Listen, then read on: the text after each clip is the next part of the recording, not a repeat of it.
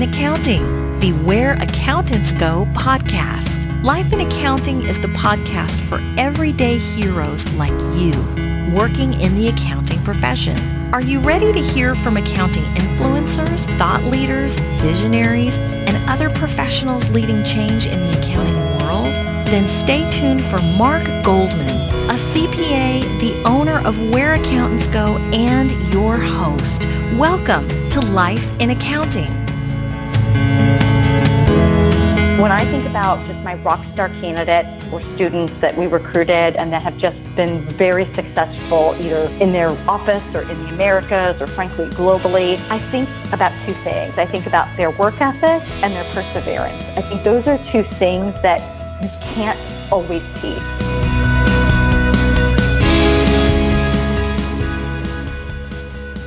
Hello everyone, I'm Mark Goldman, a CPA and your host for Life in Accounting, a podcast production of WhereAccountantsGo.com. That clip was from Anneliese Schumacher, a director in the campus recruiting function with EY. We were very fortunate to get some of Anneliese's time today for the podcast. I went looking for someone that was willing to share their insights with us for the benefit of those of you that may be entering the recruiting season yourselves, or maybe you are already in the middle of it. The folks at EY were very gracious and connected me with Anneliese. You'll hear this in the interview, but she's been with EY and involved in recruiting at this level for over 14 years. So she's the perfect person for this episode. This really is a great interview, and interestingly enough, Anneliese started in a tax operations role years ago, even though she didn't come through the typical accounting route, so to speak. She's had a very interesting career herself. While we're on the subject of growing your career, some comments Anneliese makes in this interview reminded me of some of the other tidbits of advice from previous guests, which we've condensed down into our new book, 49 Tips for a Successful Accounting Career. If you're looking for a Cliff Notes kind of summary of some of the best advice our guests have shared, please check out our book on Amazon. Once again, that title is 49 Tips for a Successful Accounting Career. I'd love to hear what you think. With that, let's go ahead and get started. Here's Anneliese Schumacher, a director in the recruiting function with EY.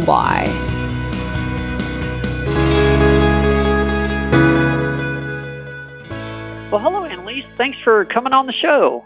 Thanks for having me, Mark. Well, for the audience, this episode's going to be a little different. We have Anneliese Schumacher on the line, and Anneliese is in the campus recruiting function with EY. A few weeks ago, I started looking for someone to come on the program and talk a little bit about the recruiting process in hopes of helping those of you that may be in school and are going through that process or going to go through that process. And the folks there at EY very graciously accepted the invitation. Even if you aren't personally in that process yourself right now, I'm sure most of us know someone that this would benefit, so please share the episode out. We're trying to get the word out as much as possible. Anneliese, I definitely do want to get into the recruiting information part of the show because that's going to be the majority of our conversation. But since you personally have some accounting-related experience, I found it interesting that you have a psychology degree and then had joined Andersen for a little while in the tax operations role. And I was sort of curious to get some background on that and how that happened. What led you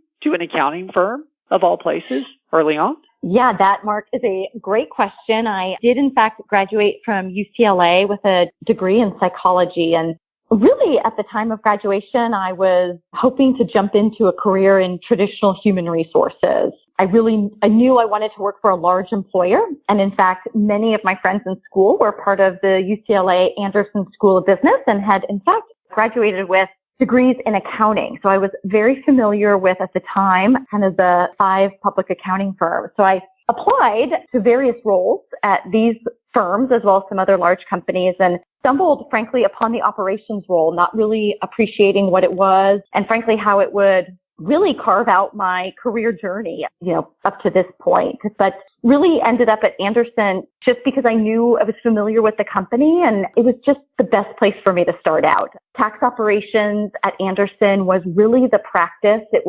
We were not CPAs. It was not a group that did tax returns, but we were really the operations behind the tax practice. It is what it said it is. We were responsible for hiring goals. We were responsible for staffing staff, seniors, and managers on engagement. We were responsible for managing utilization, changes in billing rates, and really just the business behind the tax practice at Andersen. So it was really, frankly, a great place for me to start, understand business, how the public accounting firm operates, and really understanding that relationship between the firm and the client. Interesting. That's an area or portion of it a lot of us don't get to see. At that time, how large was tax operations per se? Or because you're naming off a lot of duties there. I mean, how large? Yeah, we had a team of about 5 people that ran the Southern California tax practice at the time for Andersen. So there were several of us that had different roles, but all 5 of us those were the main responsibilities for the team of 5. So it was certainly a small but mighty group. But like I said, I think the value of the role, specifically scheduling and understanding, the importance of making sure we had the right skill set on the right client assignment, serving clients, something I still fall back on today and certainly use on campus as I'm, talking about the importance of hiring top talent for the clients that we serve here at EY. Sure. Yeah, I imagine that was great experience for you to be able to really communicate well and relate well to the students that you're potentially, putting in functions like that now. Mm-hmm. Wow. That's right. Wonderful. So how did you end up transitioning then into recruiting after tax operations? Yeah, like many people, found myself at the end of Andersen's road and was really fortunate enough to be able to transition directly over to Deloitte during that turbulent time. The Deloitte practice in California, and specifically Southern California, really took on a lot of the tax folks from Andersen as well as the supporting cast, which I was included in. So I found myself leaving Andersen on a Friday and showing up at Deloitte on a Monday. And really, Deloitte didn't have an operations role at their firm. That was not a function that they had at Deloitte, but I was more so put into a traditional HR generalist role for about 60 to 70% of the time. And then I really got to dabble in campus recruiting. And I think throughout my time at Deloitte, I really saw that the campus role played to my strengths. I really enjoyed the energy, the people aspect, the travel, getting out on campus, and really selling the firm to, frankly, folks that were just starting out in their careers, either from an intern or full-time perspective. And so really, my 2 years at Deloitte certainly focused on HR more traditionally, but was able to get a peek into campus recruiting. And that's really when I knew that I needed to start looking for opportunities in campus recruiting full time. And as I'm sure others have mentioned to your listeners, the public accounting world is a very small world, especially after Andersen went away. There were former Andersen folks at all these firms. And I certainly knew a lot of people at EY when I was at Deloitte. And then the campus recruiting role opened up at EY, and that's where I wanted to go. So it just seemed like the natural move over into a full-time campus recruiting role with EY. Okay. Yeah, there's definitely an energy and just a positive energy atmosphere you get from being back on campus after you're in your professional life a little bit. I agree. I enjoy when I get to go speak to students and that kind of yes. thing. Definitely. It's very rewarding. Do you need another campus recruiter there? Because I'm in South Texas. That's right. We're always looking for. Before we get into the campus recruiting process and that kind of thing, I did want to talk about EY a little bit because, most of the people listening to the podcast will know who EY is, but maybe just from a very superficial level, national accounting firm, Big Four, that kind of thing, not necessarily what the differentiating factors are, if I should say it that way. What do you personally enjoy about working at EY? I really have just found my forever home. I certainly have had the experience to work with different firms, and they are all amazing firms. They all are superb in terms of how they serve their clients, the energy that all of these public accounting firms create in the market, how they train their people. There's not a bad firm. But I have really found my fit at EY. I love the culture. It's definitely a high-performing team culture. You are challenged every day. No day is the same, and certainly there are folks to really challenge you to think outside the box, try it a new way, think innovatively, and especially in the campus world where every year is a different year. The candidates every year want to see something different, hear from different people. The competition is constantly doing things. So it's a really exciting environment for me. The firm also places a lot of emphasis on taking care of yourself outside of work, finding balance, doing things you enjoy. There's a real big push for wellness. And I think that's important because we do work hard. We do work long hours, not only in the profession as an auditor or a tax professional, but also in campus recruiting. We're out 3 or 4 nights a week and we're on the road for long stretches of time. And so we do work really hard, in all departments of EY. And that emphasis on taking care of yourself outside of work is really important to me. And I love that the firm does that. I think, one of the things they're constantly reminding us is that, EY doesn't, along with the other big 4 firms, they don't make widgets, right? They're not producing a product. The only thing they have is their people. So it's really important that people bring their full selves to work. They're engaged, they're energized, and they're ready to serve their clients. And really the main way to do that is to make sure that outside of work, you're getting what you need satisfied, right? Energy, time off with family, friends, travel, whatever it is that makes you happy and makes you complete. So I really appreciate that about the firm. And then finally, I've really just made lifelong friendships. I mean, the people that I've been able to work with, and I've been based in Los Angeles, I've been based in Dallas. I have friends at the firm from, probably 15 major cities. We travel together. We've been in weddings. We've been at, babies' birthday parties, and certainly lifelong friendships for sure. So those are just the things that I think people won't see on a website or in a campus brochure. You really have to listen to people, talk to them through the recruiting process, and really get a feel for the culture. And that's certainly, I think we all have similar stories as to why we stay and what kind of engages us at the firm. I love that you mentioned wellness, because so often we get into the conversation about, work-life balance, and that, term is thrown around so much, but it's rare in these conversations that we end up hitting on wellness, which I think really gets down to the heart of what a lot of people mean by work-life balance.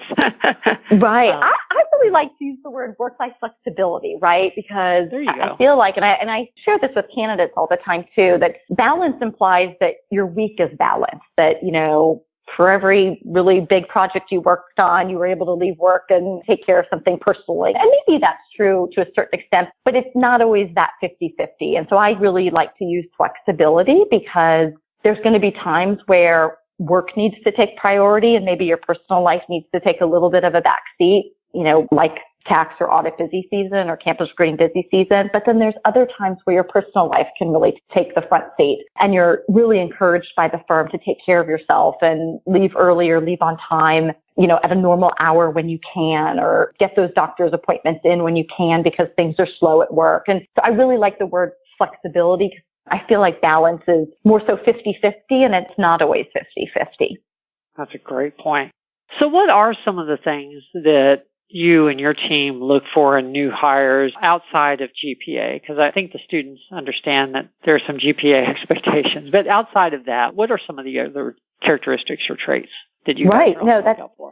So I think it's a combination, and no one candidate is going to probably have it all, but we certainly look for leadership and teamwork and somebody's involvement in extracurricular activities, whatever those are, whether it's extracurricular with, student organizations, or whether it's involvement in your church or your community center.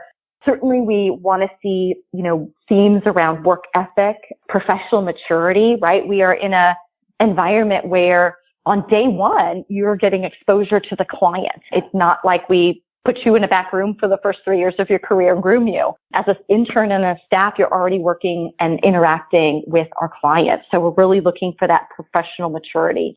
And finally, communication skills. And that goes for all of our practices, audit, tax, consulting. I don't think people realize how much writing you do in audit and tax. And so again, we're looking for communication skills, not only verbal and how you connect with people one-on-one, but also in written form. So those are some of the key characteristics. I do get asked quite frequently about relevant work experience, Mark. We do not look for relevant work experience. That's not necessary at the entry and internship level for us at EY. We feel that most of the skills I just mentioned really can be built and strengthened through their experience on team projects, extracurricular activities at school, working at your local Starbucks. You do not need to work in an accounting department or an accounting office or a small CPA firm. Does it help? And certainly will it give you more understanding of what you might do at EY? Sure. But it's certainly not a deal breaker. And I would say the vast majority of our candidates, in fact, do not have relevant accounting work experience that they bring to the table.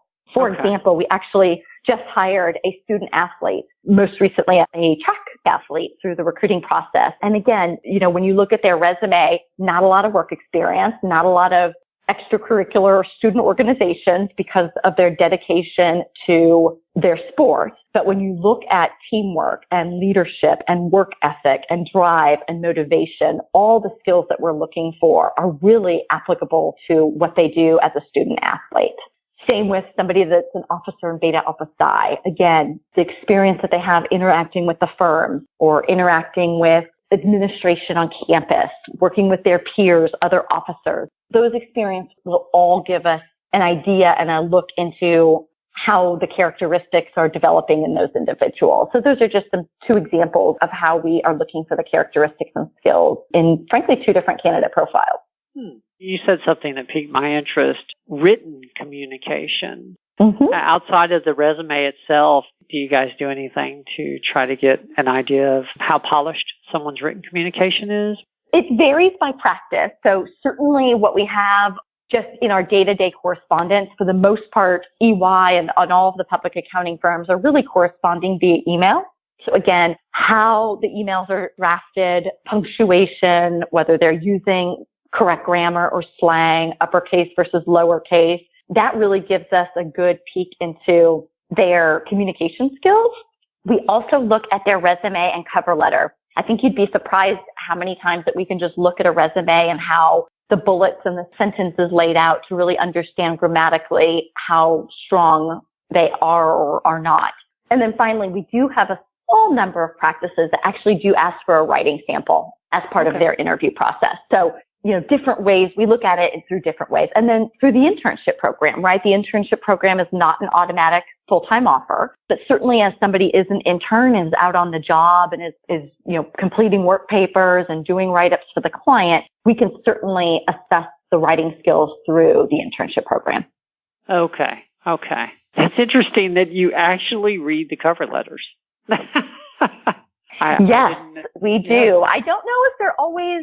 We can probably get the content of the cover letter fairly quickly in terms of what they're interested in and where they're going and whether they're going to be CPA eligible. But I think if you just dig down and even just read the first paragraph, I think you'll be able to see how well they're written. And certainly we do expect to a certain degree that cover letter has maybe been proofread by a couple other people. So certainly if there are mistakes on it, that raises extra red flags because we would have assumed, somebody may have had somebody else proofread it or look at it prior to submitting it. Sure. Are there specific GPA requirements, or does that vary by school or area, or how does that work?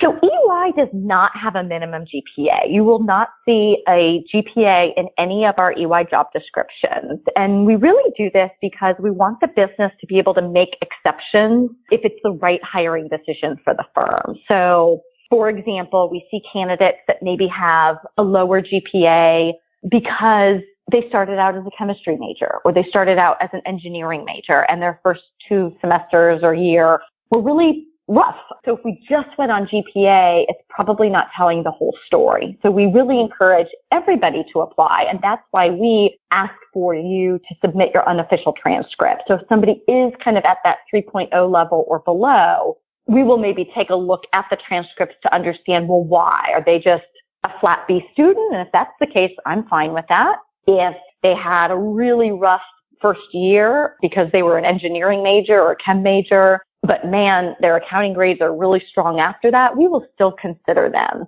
We also understand that life sometimes needs to take priority. I talked a little bit about that earlier. Sometimes your personal life has to take priority. Sometimes work has to take priority. We understand that's no different for students. And many of our students sometimes are dealing with really challenging things in their personal life, a death of a parent, an illness, whatever it may be. And certainly we want to understand the story behind that. But again, we wouldn't want to make a minimum GPA the reason that we didn't move forward. We would just want to have further conversations to understand what happened, why there was maybe a challenging semester or two, and how they're trending, most recently.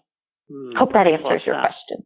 Yeah, you wouldn't want to miss out on a quality hire just because they had some tragedy in their family one semester or something like that drew down their GPA. Yeah, we also Yeah, no, and Mark, I was going to say, we also see a lot of non-traditional candidates, right? So non-traditional candidates, maybe they went to a junior college or maybe they went to school for a year or two. And maybe at the time they just weren't focused on school and maybe they didn't do so well and they left and maybe worked for a year or two and came back. And again, when you dig into the transcripts, you see that maybe there was a maturity that took place over the last couple of years and maybe their grades were really low when they first started college, but they maybe took a break, figured out what was going on, where they needed to focus, came back, and they've been a great student then. So again, we want to take into account all of those scenarios, which is why you won't see a minimum GPA for EY. Perfect. Now, you've been doing this for a while now. You've been at EY 14, 15 years, something like that, right? Yep. Okay. It'll be 15 years in February, so about 14 and a half. So you've seen people that you recruited in the early days, move through the practice at this point, be promoted and that kind of thing. When you think about some of your success stories from a recruiting standpoint, are there any traits that you think back and you go, I knew she was going to do well because of this, or I knew he was going to do well because of that? Any success stories that you can think of? Yeah, I think to your first point, I certainly have seen folks matriculate through the firm. I think a couple of years ago, my first intern class was promoted to partner. So that certainly made me sit back, and when I was sending my partner congratulation emails, and a few of them were former interns of mine, it certainly made me think back about my career at EY, which is crazy because I don't feel like I recruited partners when they were interns, but I most certainly did.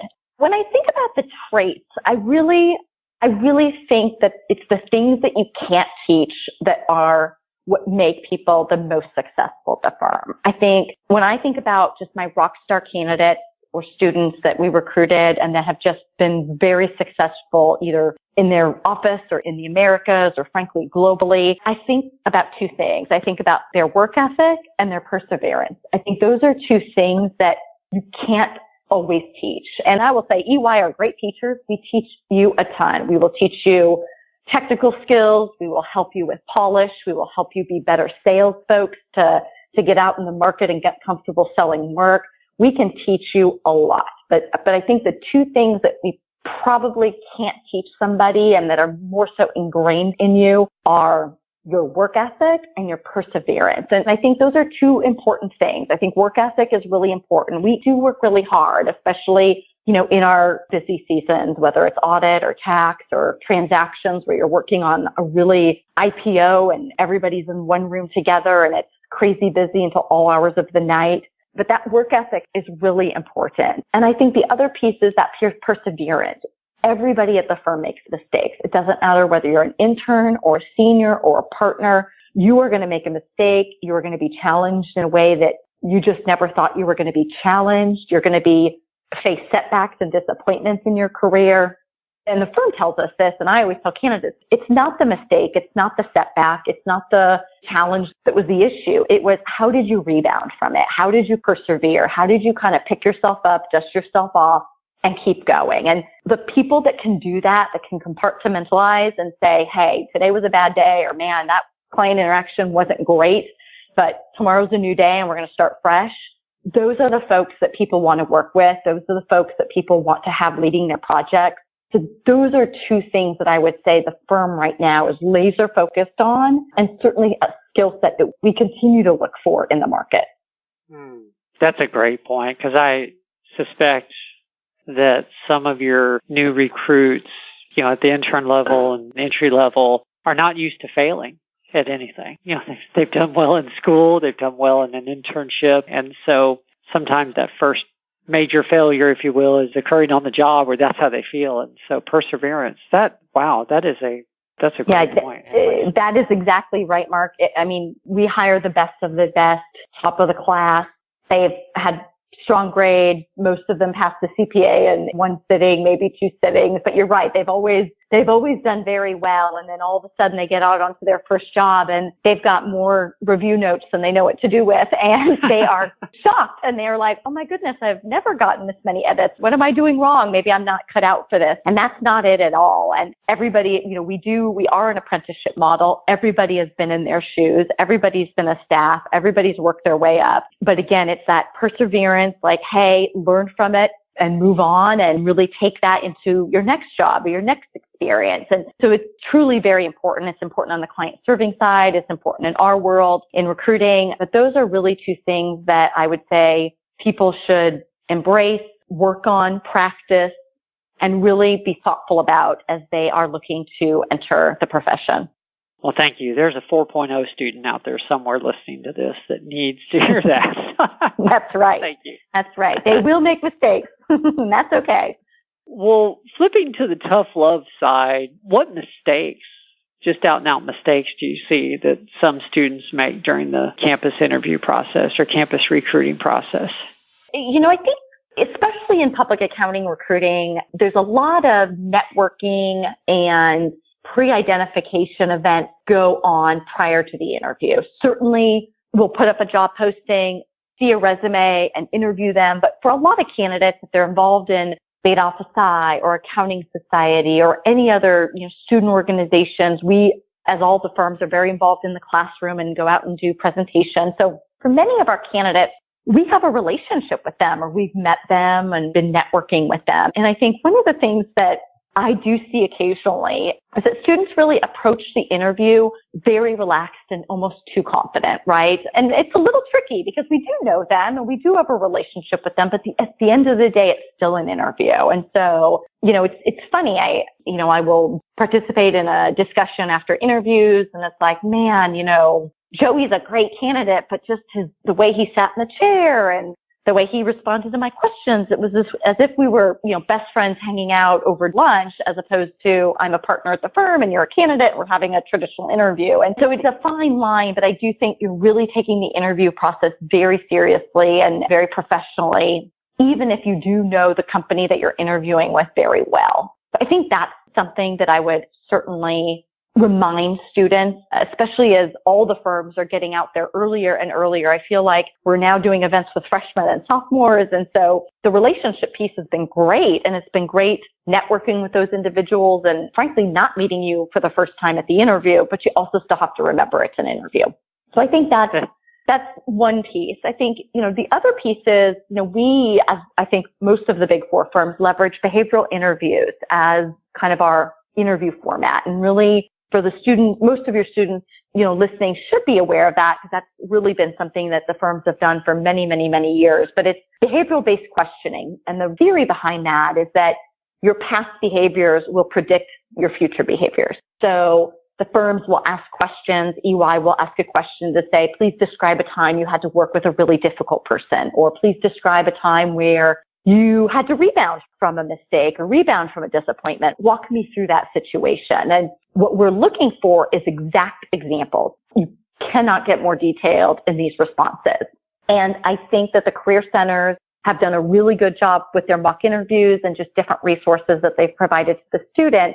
So they should be very prepared to answer these questions. And I think certainly another mistake is where maybe students don't come in having thought about maybe some of the questions they could have been asked. And so maybe they don't give examples, or they say, well, I've never had a failure, or I've never worked with a difficult person. And that's a big red flag for us because we know everybody's worked with a challenging teammate or, colleague. So again, people that don't come prepared to answer those behavioral-based questions, I think that's a mistake that can be avoided just because I know the career centers at all of these programs do a great job preparing their students. Interesting. Yeah, I was curious how often, for lack of a better term, the students bomb, the behavioral question. It's funny. I don't think oftentimes it's not the response. Sometimes it certainly is the response, meaning that we really are, it's like pulling teeth getting a response or not getting exact examples. Certainly that does happen, but a lot of times it's just their comfort level and their professionalism and their communication skills. And so I think a lot of it goes into kind of our assessment of that on-campus interview. Okay. Wonderful. Well, thank you. You've given us a lot of insight. Thank you. That is perfect. Do you have any advice for students, prospective new hires on the rest of the process, the post-campus interview part of the process, where they're coming to the office and that kind of stuff? Any thoughts in that area? Absolutely. So the post-interview process, I think, is twofold. So I think this is a great time to be building these relationships, right? You've maybe had your first interview, maybe you're about to go into the office for final rounds of interviews, or maybe you've just completed those. And I think this is where candidates should really sit back and think about the relationships that they have built with each of these employers, where they see themselves working, where they see the greatest opportunity for mentors, and really where they feel they can truly be themselves. And I really emphasize that to all the candidates that I speak to. Not every firm or not every company is for everybody. And if you have to check your true self at the door prior to getting to a firm's event or a company's event, or you've got to check yourself at the door and be like, okay, I've got to put on this alter ego or this this other personality to go to this recruiting event or this, firm dinner or firm information night, that's not the place for you. You spend a lot of hours at work and you should be able to bring your whole self to work.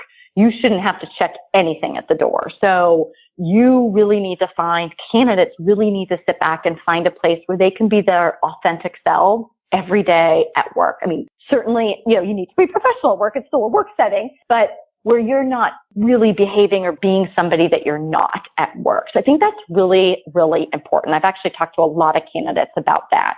And then I think it's also a really good time to weigh the pros and cons. Let's say you have multiple offers from various employers and really kind of mapping out the pros and cons. And obviously the relationship piece is big, but what does training at these different employers look like? What different initiatives or investments does this firm or company make, and do they align with your own personal values?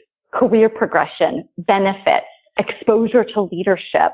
Those are all things that I would almost have a candidate or recommend a candidate sit down and almost do a matrix and kind of decide what's most important to them. Some candidates I speak to, it was all about market share. They wanted to be with a client that had the biggest market share. I've talked to candidates where market share doesn't really matter at all. They are more so interested in, are people going to be looking out for me and taking care of me and really taking me under their wings to teach and coach me? So everybody has something different that they're looking for, so it's a very personal process, but certainly those are things that I would start to think about in this post-on-campus interview process.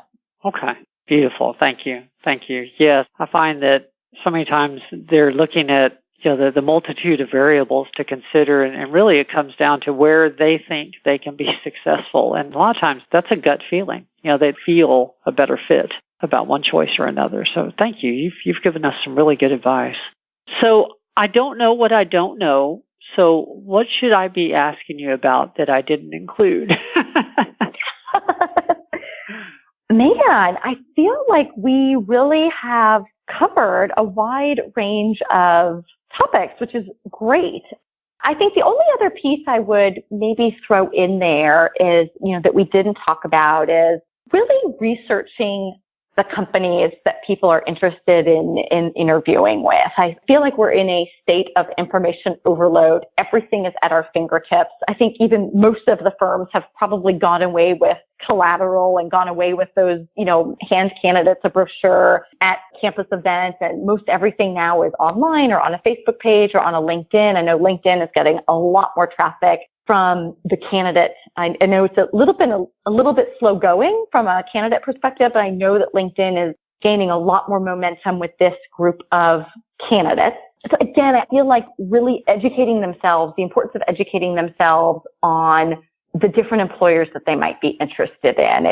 They don't have to be experts. They don't have to understand, everything about what a career in audit looks like, or they don't have to be experts in what, a career in tax looks like, but certainly understanding what is EY, what do they do, what are some of the service lines, to give us the impression that you've visited the website and maybe have done some research is really important. Again, I think just because everything is so easily accessible, certainly would encourage students to do research. Now, I will also caveat that by saying, if I'm sitting in an interview, which I have, and somebody is regurgitating to me press release information or statistics, that also is probably not a great thing either. So it's finding the happy medium. I, for one, will tell you I've been asked about recent press releases that the firm has made in an interview, and I will be usually very candid to say I don't usually read the EY press releases on EY.com on a habitual basis, and so I usually have to take their word for what they're asking me or telling me. So I think it's finding the balance of being educated but not being maybe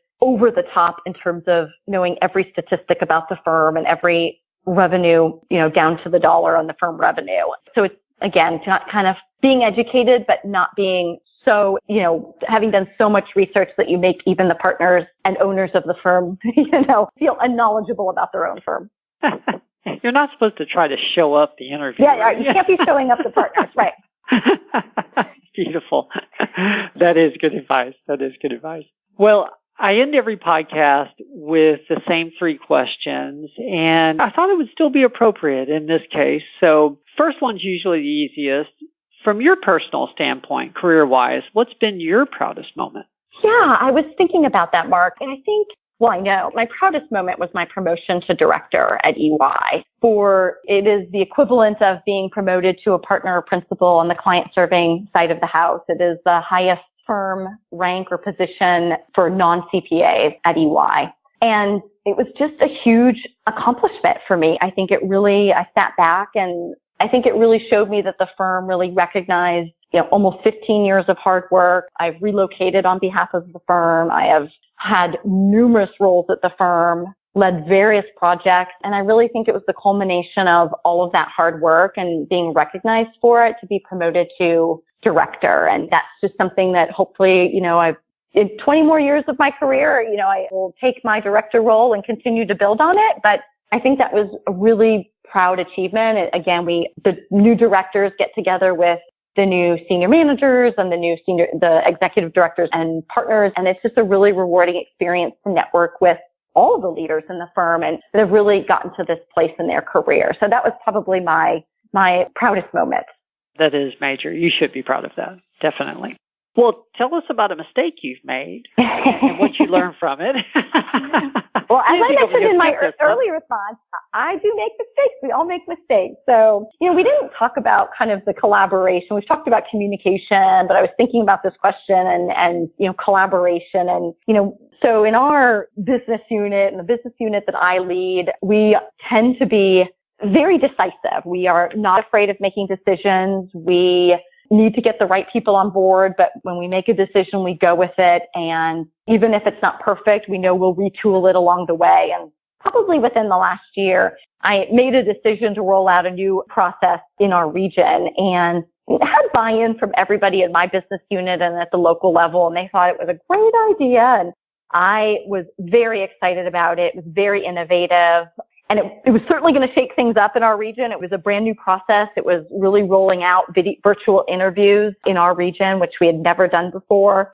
My one small error in judgment was that I did not necessarily loop in some of the national business units that certainly don't report up to me, but they are in our footprint. So they certainly have people that sit in our markets here in the Southwest region, but are not part of our business unit per se. And to say that it rocked their world and created a firestorm would be an understatement. And so even at the director level, I certainly had a good reminder of the importance of collaboration and communication. And after much apologizing, maybe doing a little bit of unraveling, we still came to the right decision. We still ultimately rolled out virtual interviews, but I certainly did need to go back and have some further discussion and dialogue. And again, it was just a good reminder that even at the highest levels of the firm, you still need to collaborate, you still need to communicate, and you still need to make sure that the right people have a seat at the table. Sure. It's easy to get excited about something like that, though. Virtual interviewing, that's a major step. So I can see how that's a podcast for another day, Mark. There you go. Well, final question, and then we'll go ahead and close it down. What is the best piece of advice that you have ever received? And I wish I received this piece of advice much earlier on in my career, but it really is as simple as don't sweat the small stuff. I think about things or issues that I worried about 15 years ago, 10 years ago in my career that today wouldn't even be on my radar. And I really challenge myself every day. Is this something to get worked up over? Is this something to make a big deal out of? Or can life go on and we just move past this? And I really think, not sweating the small stuff, really, it's so simple, yet it's so hard to do. It's very hard to do. And I feel like I've gotten much better at it. And like I said, I wish I had gotten this piece of advice much earlier on because I think back about, just things that I worried about earlier on in my career, or meetings that I had that I didn't have to have, and decisions that we made that in the long run didn't really matter. And so again, I think, that certainly is something to consider, that, let's weigh the pros and cons. Is this worth going to battle over? Is this really going to change the trajectory of a process or a decision? And if the answer is no, then just move forward. So again, I challenge, myself every day. I challenge my team every day to not sweat the small stuff. There are so many big things that we can worry about and need to change and need to address, that the little stuff just should not be on our radar. So that, I certainly would share that with students. I know it's easier said than done. I know early on in your career, or even as students, everything seems like a big deal or so important. And then I feel like as life passes you by and you have more perspective, the things that we used to worry about are just not as important as we once thought they were. And so that would be something that I would challenge the listeners to think about and maybe start practicing, is not sweating the small stuff. That's good advice, not just because of the student level and the point that, they're in and starting their career, but also because we're accountants. So we need to hear that kind of thing. Right. As my accountants like to say, if it's immaterial, then let's just move on. And so I hear that a lot, even in the business. So it's realizing where on the scale something is, and if it's on the low end of the scale, probably okay to move forward and maybe not worry about it. Wonderful. Well, that is great advice to end this on. For the audience, this has been yet another episode of Life in Accounting, a podcast production of WhereAccountantsGo.com. If you haven't yet visited that website, please do so. We're going to have the show notes for Annelise's episode up there, as well as we have links to all the different accounting certifications and review courses that you may want to look into as well. Once again, that's WhereAccountantsGo.com. On that note, Anneliese, do you have any final thoughts or words of wisdom you'd like to leave the audience with? I just want to wish, depending on where the students are, I'm sure all your listeners are in a different phase of their career journey. For those folks that obviously know where they're about to start full time, or if they're already employed, I think that is fantastic. If they're actually in the recruiting process, I just wish them the best of luck, and hopefully they can take one or two things away from this podcast to help them in that recruiting process. Wonderful. Well, thank you again to the audience for joining us, and thank you, Anneliese. We will see everyone next week. There's more to come.